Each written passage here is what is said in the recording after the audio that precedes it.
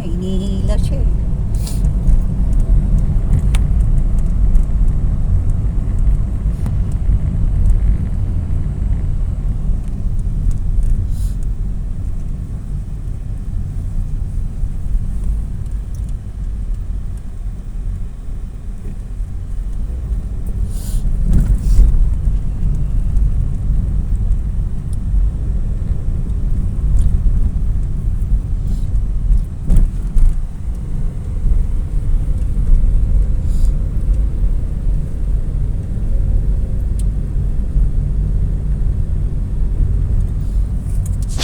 Malalaking lote rito, no?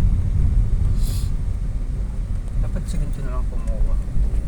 Diba? Ha? Kung gusto mo ng personalize yung ano, kasi ikaw mapapadesign ng sarili mong bahay, hindi siya uniform.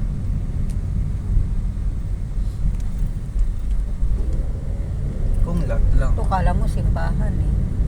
Kung lot lang yung gusto mo. Mahal na lupa nito. 3,2.5 na.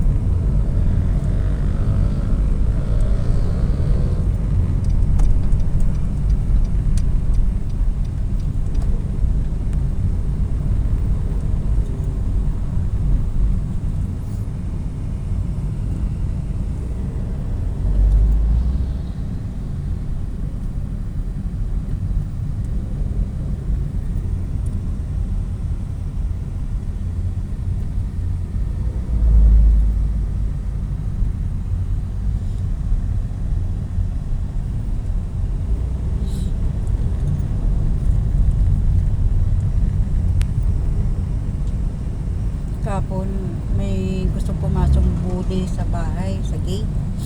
Nawawala rin. Tapos di lumabas ako, malapit.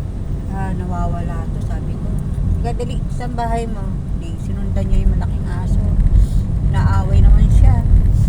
Sabi ko, parang nakita ko na to doon sa may, yung dinaanan natin, may matic, steel matic. Parang nakita doon na. Dali, di sinusundan niya ako. Huminto siya sa isang bahay doon, yung iniikutan natin dati. May sasakyan ng orange. May lumabas ng lalaki. Hinawla mo na siya, nilagay mo na siya sa hawla. Sabi ko, puntahan ko muna yung may-ari. Hindi pinuntahan ko yung may-ari. Tapos, sabi ko, sa inyo ba yung bully na na aso, yung pandak? Ay, oo, kanina pa nga namin iniisip na namin hanapin. Andun oo, sa may orange na sasakyan. Tapos di, pinuntahan niya, naka-e-bike siya. Sabi ko, uso ang rito eh. Tapos yung asong nadampot ni Sarah, tinanong ko sa GC. May mga pinatanggal ni Angel yung suncell kong messenger para makapasok tayo mga bago. Kasi yung iba daw wala raw GC, hindi kasama sa GC. Baka daw yung nakasarang aso, baka isa doon. Sabi naman ni Sarah, kung kunin nila, di kunin nila. Ako inaalagaan ko naman siya. Pinaliguan ko, tinanggalan ko ng garapata. Nakaunan pa matulog.